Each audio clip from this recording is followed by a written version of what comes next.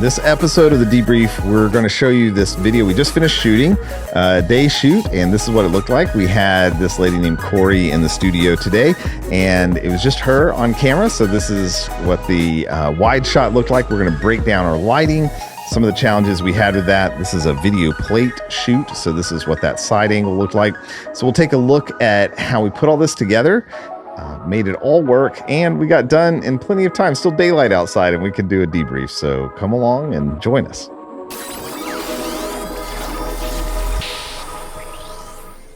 This was a pretty simple shoot day of, but took quite a bit of prep to get things ready for a variety of reasons. So kind of towards the end of this video, we'll break down our lighting setup and some of the green screen stuff. But let's start off with just the mechanics of it. So Tyler was TDing. So Tyler, talk to us a little bit about how you were doing all of that. It was super smooth today. Jay was out, so he's usually the one that calls the shots. But it was great working with Corey. I was able to pay attention to her content along with the way she was delivering, and every now and then she'd have a stumble. And so because we had only 6 videos to do, we were able to go back and redo them. And she just did great. She was really open to, using the energy level that you have to use in order to look good. So it went really smoothly. You gave her some direction. What was the direct? It's like I saw you go in there and talk to her, talk about what you were talking about with her there. Yeah. So the camera kills about half of your personality. And so we always tell everybody, listen, you've got to act like you're at a really super loud cocktail party and you've got to explain something really important to somebody, or one of those lawyer commercials, personal injury attorneys, that kind of thing. And, and it's hard for people to imagine doing that. So you end up having to show people how to do it. And I was talking to Cammie and was saying that, when you're directing film, like actors, you don't ever tell an actor how to deliver a line. You don't ever say, now here, do it this way. It's forbidden. But these aren't actors, and so they don't know. So if you demonstrate how to do it, then they go, oh, well, I got that. I can do that. And she immediately picked it up, and you just say, hey, listen, talk as if you were explaining it to a group of teenagers and you've got to keep their attention, that sort of thing. And then every now and then I would say, okay, remember to keep that energy level up. And it even then, though, it turned out like on the second take, usually the second take, the energy level was even better, even higher. And so eventually you're just like, you know what, this is great, let's go on. So she had several graphic shots. And I guess we're going to go back and add a couple of quotes. So I just left it on one shot most of the time while she was, talking behind the graphics. So that'll be easy to do in post as well. Can't really think of anything else. It was just a really easy day, basically. We normally don't want to do anything in post on any of this. Like, we're trying to do it all live.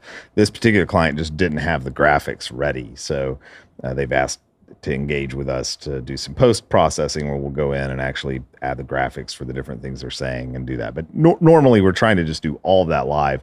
And the parts we were queuing live, we were queuing through Pro Presenter.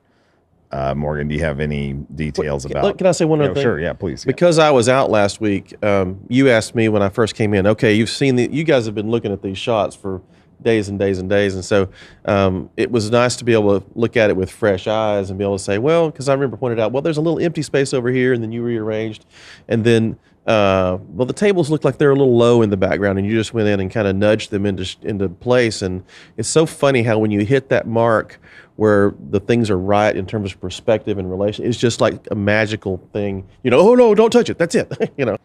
Okay, and then Morgan, let's talk about graphics. More specifically, how were you queuing up the graphics throughout the shoot today? Yeah, so we were using Pro Presenter to do our graphics, which makes it really easy.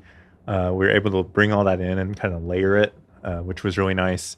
What was really helpful with this client was they had in their script the graphics kind of marked out. So we were able to follow that, which was really nice to be able to know exactly when to hit that timing.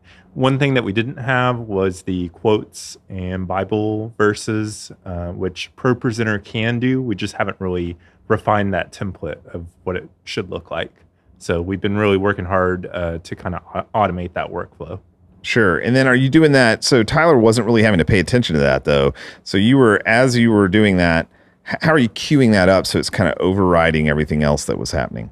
Yeah, so we have it set on a downstream key in the ATEM. And so I left that on the entire time, which meant I was able to trigger graphics on and off. And it was just a full screen kind of takeover. So that was really helpful so Tyler didn't have to think about it. I was controlling the timing of the graphics. That works really well when you have a graphics operator that's kind of doing the timing of everything. Yeah, that was great because you were able to look at that whole you were following along. I saw you kind of watching that and then jumping into it and seeing it. So I think that worked great. And it took one thing completely off his plate. It wasn't like he couldn't have done both, but certainly easier. Just the way we were staffed today, we were able to break apart those roles, I think, which was really cool. So Emma, talk to us about from client onboarding. What was that experience like? So we've kind of been trying to refine our client onboarding just in general. So this was really easy. I just ended up sending her a document file of the library of sets that we have. So it's easy for her to just go through them.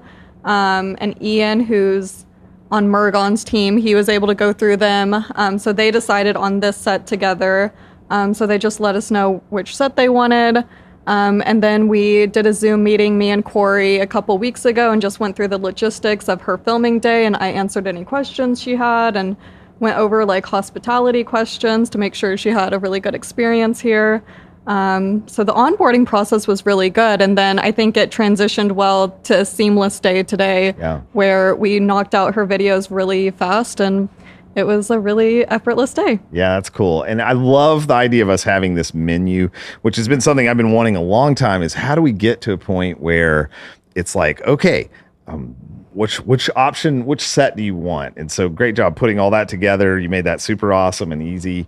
We've got some more we've got to add to it. I just realized because we've got like 10 more sets that we need to add to that. But the idea ultimately with this menu, because we're doing everything in chroma key, is that we can just go in and just be like, which set do you want? And then we already are, I mean, it's not so smooth that we have it so documented, we just do it. But in theory, as we keep moving through that, we already understand general light placement and all that to make it really fast. But having those sets, you've named all the sets, which they're great names, so that's really cool. It seems like a silly thing, but it just kind of, it finishes it off. It's not set number 7. It's called the Whitley and whatever. So they have different names that you've come up with. So way to go on that. It's cool. Yeah. I do have one piece of feedback for you, which is you ask, one of the questions we ask everybody is like, what kind of music do you like? And the answer was everything but country. And I'm like, that is not enough information. And so I went in there this morning and just kind of joked with her, kind of pushed it out of her. So don't be afraid to be a little more aggressive of that. And so I think we just need to come up with some questions, because I think a lot of people want to be low maintenance. Like they're used to just being low maintenance, but anything but country is not really, I mean, that's a lot. There's a lot of music. I thought about playing like some really heavy metal music. Isaac and I were joking about this. Like, let's just do that. And then they'll be like, I don't think you mean anything but country. So I think one of the things that I think is good to do is just kind of push and come up with something like, yeah, but what kind of music do you listen to really hype you up? Or what's your favorite when you're in the car and you're just feeling good? Like we got to come up with some set of questions. Maybe you can even say like, my boss is going to fire me if I don't know. I need to know right now. Because I think anything that's an exception, like all of this, but this is not, it doesn't actually get us where we need it to be. So it's totally minor and I'm not mad about it or anything, but it's just a funny thing of like, got to push a little bit harder. Push. Be aggressive. Yeah. Be aggressive. So just ask. Cause I mean, people, you're not invading them. They're not feeling offended by it. It's more, they're just not used to someone actually ever asking this question, really barely ever. And sometimes they don't know. So there is also a point, like some people are not music driven. And if, but I think it's worth one more push to just, because she gave us like 3. Yeah, and she gave it right away, too. I'm like, girl, I asked you this, but you do have to push a little bit to get that answer out of them. Yeah, totally. Well, so a couple of exciting things are happening on this shoot. We have new people that have been helping us out. And so let's start with Cammie. Hey, Cammie, welcome. You're a new employee. You just started a week ago today. So congratulations. Welcome. You made a great decision. So welcome, Cammie. So Hi. Good to be here. Insert sound effects. So you got to jump right in. So Jay, unfortunately, has COVID right now. He's on the mend, but so he was out. And so you were able to jump right into this. So let's talk about your role. How did it go today? Tell us what was your experience like today? Yeah. So, I mean, a little bit was just kind of like, I've done this once before, so I was kind of already familiar with it, but it was definitely a little nerve-wracking. Like, this is what I'm doing today. Like, this is my job. Like, I work here. Like, like if I mess up, that's it. Right. No more job. No, I feel like I was really confident because I have done it before and it was really easy to learn. And all of you guys were like super helpful with it. So really sweet to me about it. Yeah, I feel like it went really smoothly and we did have a point of contention between you and I today. There's a certain button I wanted you to press. Oh. You didn't want to press it. Let's talk about that. Tell me that from your story, from your side. Yeah.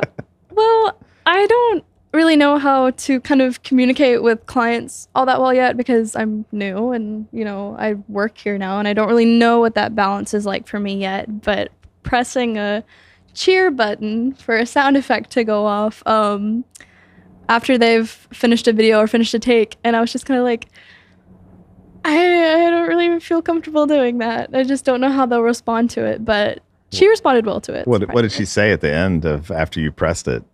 Oh, she said something like, this is good to have cheering or something. Right, yeah, I really love like the she was cheering very, or something. very I'm like, positive look, about it. yes. Yeah. I was cracking up. I'm like, yeah. It seems silly, and it's not like in normal life experience, if like you said something that was cool and then I make a cheering sound, like that would be probably maybe that would be funny, but it has the potential to be an awkward experience. But they're all alone in there. And so when they're alone with their thoughts in the green all around them, it's just a way to kind of bring humanity into it and to just kind of interrupt. It's not something they expect. And yeah, it's a fun thing to do. So we also had Isaac today. Isaac, how Hello. Doing well. Hey, your voice kind of sounds like my voice. It does. Well, that's because you are my father. That's right. So it's been pretty cool. Isaac's been working with us. And so you were in charge of doing some stuff. Well, first of all, he and I worked this weekend for a variety of reasons to work on this set, to get it set up. This is a Monday when we're recording this. What were you doing when it comes to the plates and some of that part? Yeah. So I've had a pretty good amount of editing experience in the past. And so lately I've been working on trying to get kind of all of our new plates that have been shot recently in. And what we've discovered is that editing plates is really difficult because they're boring. You can't just watch it back. Like a normal video, you can watch back and kind of see what happens. But with a plate, you're not going to sit and stare at a like sometimes kind of blurry background for 15 minutes waiting to notice a thing. And so we had a couple of issues. Some were already there to begin with some, like there was a flicker that happened because a cross dissolve didn't get put in right. And we also had on the side shot, we had people walking by the windows and a big old UPS truck that drove by. And we were like going to cut out these people walking in the windows and extend the time in between different moments, right? By finding a clean section.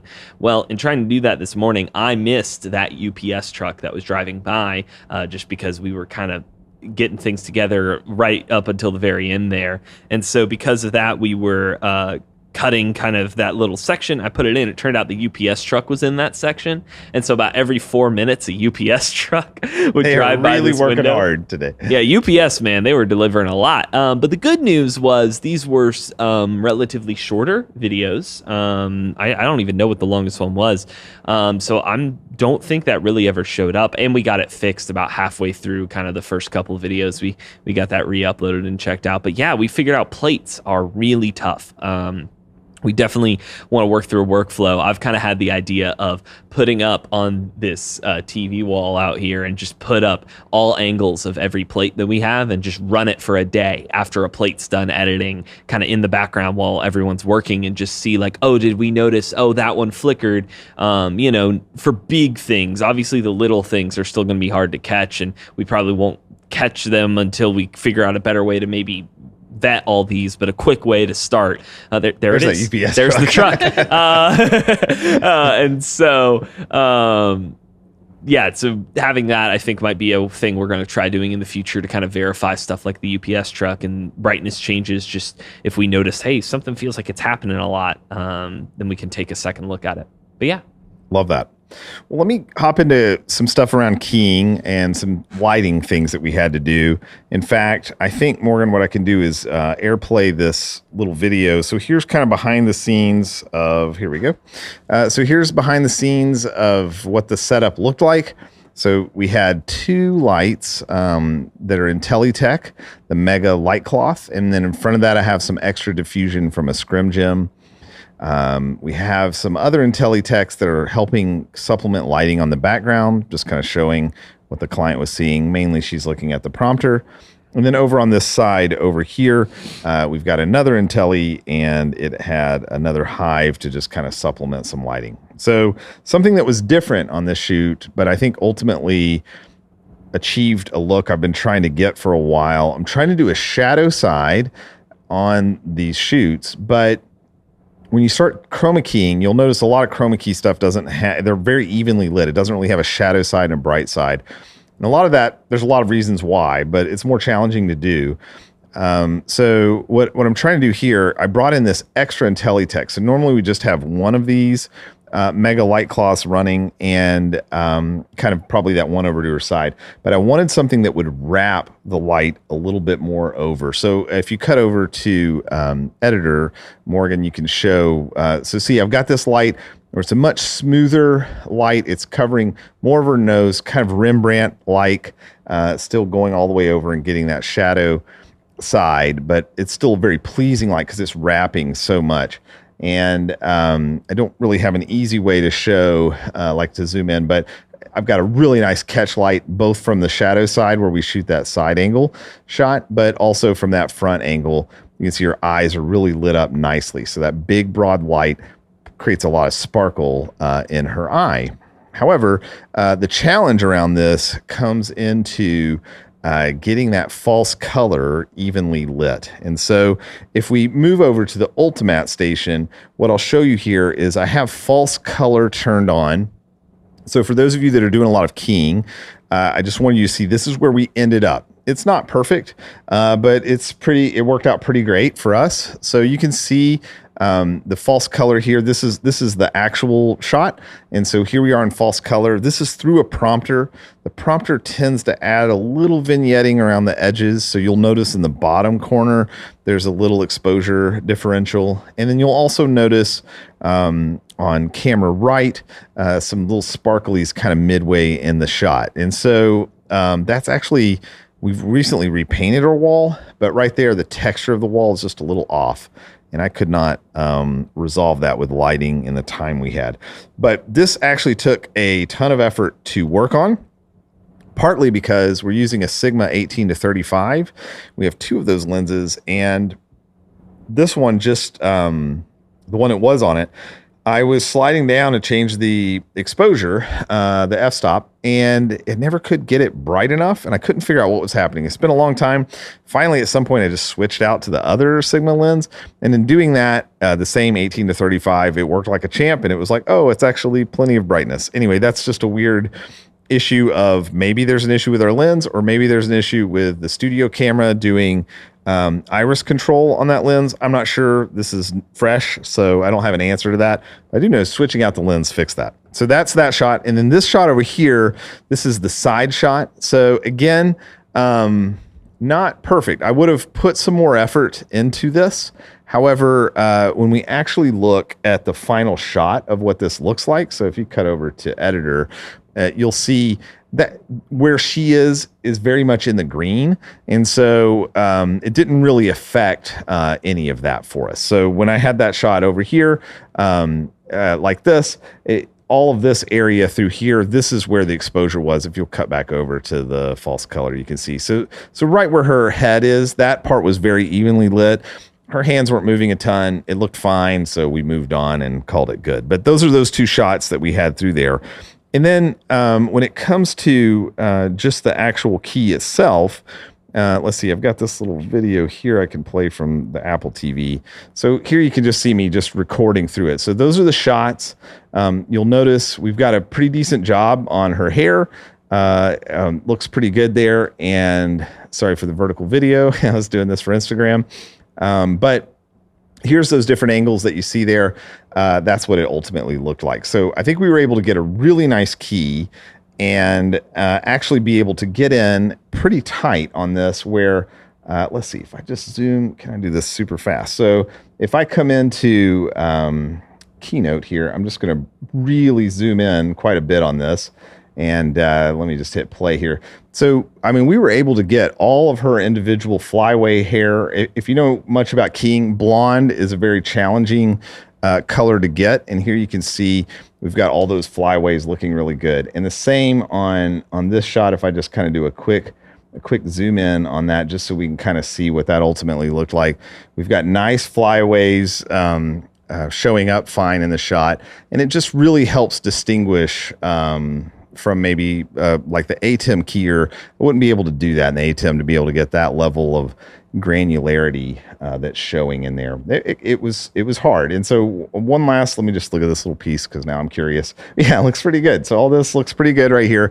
The last thing we were able to do in all of this was we had a little issue on this side shot where the brighter the image, part of how I'm pulling this off is, from my experience, the Ultimatte has done a much better job with these darker areas than it does with brighter areas. So I did have this problem, which is this wall part right here was very bright. And I don't know that I have a way to show as she would move into that, which you're not going to see much of, but these little flyaways would definitely make their way into that little section right there. And when they did, instead of looking normal like this, they kind of look like they have a green outline around them. It's not green, but it's like a dark color. It really draws attention to it. And that happens when there's like a really hot spot on the image. So this probably doesn't exactly make sense because light is coming in and technically this is brighter. So the way we did this is I just went into Photoshop and just took a still from this, and then just we're playing these playback through OBS, through the world's most expensive video playback machines, because there are Unreal computers when we're using Unreal. But I just did it. I layered that on top, just added an opacity to it, and just darkened it up. So just darkened up this section. All of the shoot throughout both of these shots, I mean, they are darker. Like this is definitely a darker shoot than what it was to begin with. And so both of these shots on here are certainly a darker exposure than what we had before. And so that's my fake quick multi-view, but there you can see, I think we got the tonalities of both of those good. It still feels right, but she's certainly brighter and more in the foreground. So yeah, those are some things that we had to do with that. It was a challenging setup to create that nice, smooth, big light around her, but without making that spill too much on the background. And so I guess I didn't mention that, but the way we're doing that to kind of do two things in one, if I go back over to the studio Apple TV, is I've got this pillar that you see over on the right-hand side of the screen. And so I'm using that to help kind of do a shadow side so that it's not just shadow, because shadow by itself is just green. So we're reflecting off that white, bringing it back in to kind of give her, it's kind of acting like a light, but it's also blocking all that light from hitting all and spilling all over the background without me having to put a grid on it. I'm not opposed to a grid, but I was trying to get a massive wash of smooth lighting on her. So that's how we pulled that off. So overall, it was a great day. We got she only needed 6 videos, and we had all of them done in no time. And so Cammie, welcome. Isaac, welcome. It's been super fun to have you all joining us. And also today was Elizabeth, our intern's last day, so we got to send her off, but she's already left for the day. So we're thankful for her as well. So hey, thanks for watching these. More to come. We have actually a huge backlog where we've been so busy we haven't been able to do them, but I would love, of course, we want you to like it. We want you to subscribe, of course, those things, but I'd love a comment. I'd love to hear, is this helpful to you? Do you wish we talked more about some of these mechanics? Is the level of what we're doing good for us, for you, of us talking about it? Love to know your feedback on what you think about this. In all, I would say today was a great success, 10 out of 10, one of our smoother days that we've had. So it's nice to have that. It's cool to see us continuing to iterate and smooth things out. So until next time, thanks for watching.